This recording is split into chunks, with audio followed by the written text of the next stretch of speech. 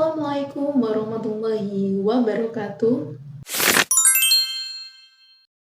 Di era digital seperti sekarang, perjudian itu bukan lagi hadir di dalam meja kasino ataupun di arena pertaruhan, akan tetapi dengan cara yang lebih sederhana, yang lebih fleksibel, dan juga yang lebih mudah.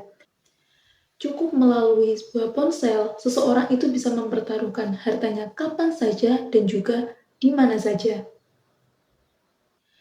Ironisnya, banyak orang yang mengira judi online itu hanyalah sebagai sarana hiburan. Padahal dampaknya itu jauh lebih besar daripada sekedar kehilangan uang.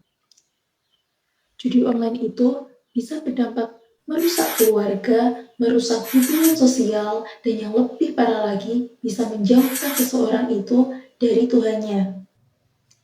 Karena itulah di dalam agama Islam, perjudian itu dibandingkan sejajar dengan khamr yang sifatnya itu memabukkan.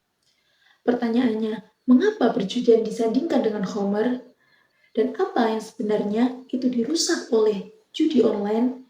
Dan apakah ayat-ayat yang membahas tentang khamr dari zaman Nabi tersebut itu masih relevan jika digunakan untuk kasus judi online pada masa saat ini? Untuk itu, mari kita bahas. Salah satu kekuatan terbesar dari seorang pejudi itu adalah menciptakan sebuah ilusi yang nyata. Ilusi tentang kepercayaan untuk menang, ilusi bahwa kemenangan sudah dekat, ilusi bahwa keberuntungan itu dekat dengan kita, dan juga ilusi bahwa kita itu berbeda dari orang lain. Banyak pejudi itu berpikir, mungkin orang lain kalah, akan tetapi saya pasti menang. Mungkin peluangnya kecil, tapi saya termasuk orang yang beruntung. Padahal dari banyaknya jutaan orang yang sedang berjudi, itu mereka memikirkan hal yang sama.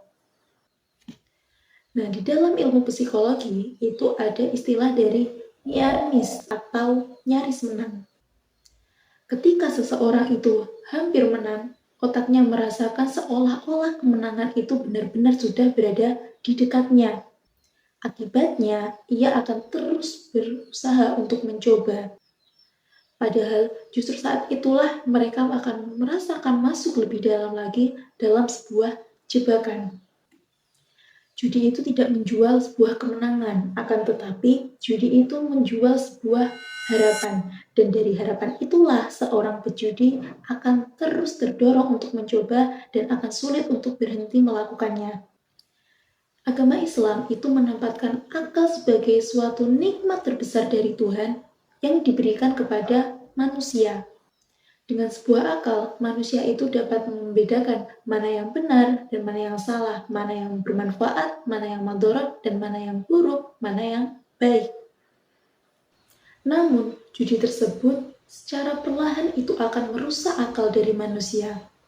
Orang yang sudah merasakan kecanduan dalam berjudi, itu mereka tidak bisa lagi berpikir secara rasional. Mereka yang kecanduan itu tahu bahwa kemungkinan dari kekalahan itu sudah jauh lebih besar daripada kemenangan. Akan tetapi mereka tetap terdorong untuk melakukan perjudian tersebut. Mereka tahu bahwa keluarganya itu sedang membutuhkan uang, akan tetapi mereka tetap melakukannya untuk mempertaruhkan uang yang dimilikinya. Mereka juga tahu bahwa tindakannya itu bisa merusak masa depan, akan tetapi mereka tetap melakukannya karena mereka sudah kecanduan.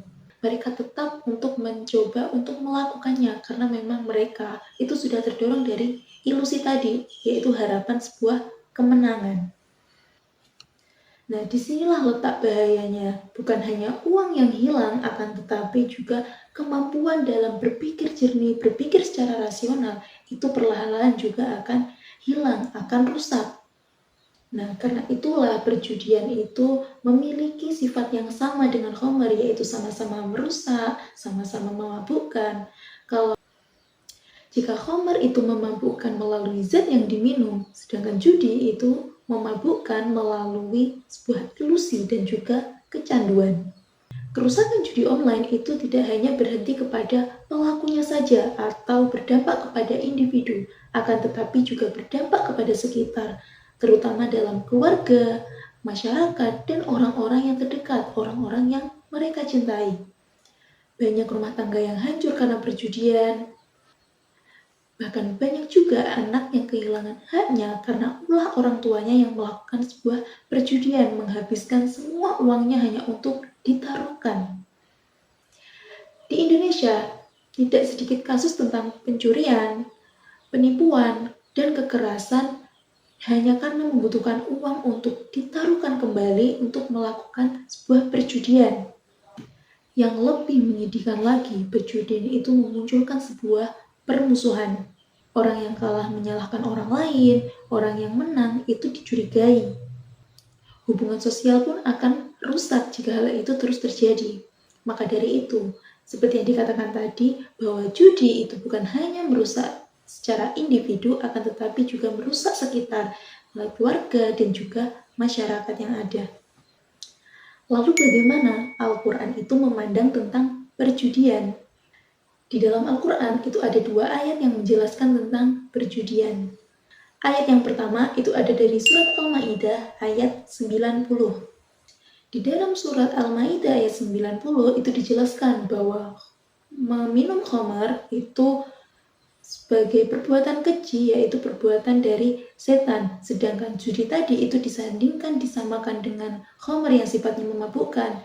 Dalam arti yaitu judi itu juga termasuk perbuatan keji, yaitu perbuatan dari setan. Menurut Profesor Dr. Quraish Shihab, kata maisir itu berarti gampang atau kemudahan. Nah, itu sifatnya sama dengan sebuah perjudian. Yang artinya seseorang itu ingin mendapatkan sebuah keuntungan itu tanpa adanya usaha yang sepadan, tanpa adanya sebuah kerja keras. Inilah mentalitas yang ditolak oleh ajaran Islam. Di dalam agama Islam itu mengajarkan tentang sebuah kerja keras, akan tetapi judi ini menawarkan sebuah keuntungan yang secara instan.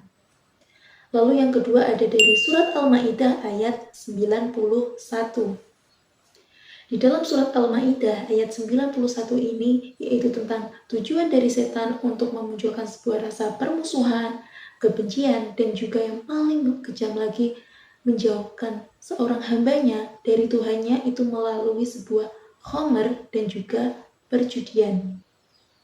Menariknya, banyak dari para kalangan mufasir klasik itu juga memberikan sebuah penjelasan yang sangat relevan hingga saat ini. Seperti Syekh Muhammad Ali As-Sabuni itu menjelaskan bahwa dampak dari perjudian itu juga tidak kalah besar dari sebuah khamar. Karena perjudian ini itu merusak akal, harta, jiwa, dan juga sosial. Bahkan beliau mengatakan, sekarang ini banyak keluarga yang jatuh miskin, keluarga yang hancur, keluarga yang kehilangan kehormatan, itu dikarenakan karena adanya perjudian. Imam Al-Baidawi pun menjelaskan bahwa perjudian ini itu menjadi sebuah sarana dari setan untuk menimbulkan sebuah perpecahan, kerusakan dalam sebuah keluarga dan juga hubungan sosial.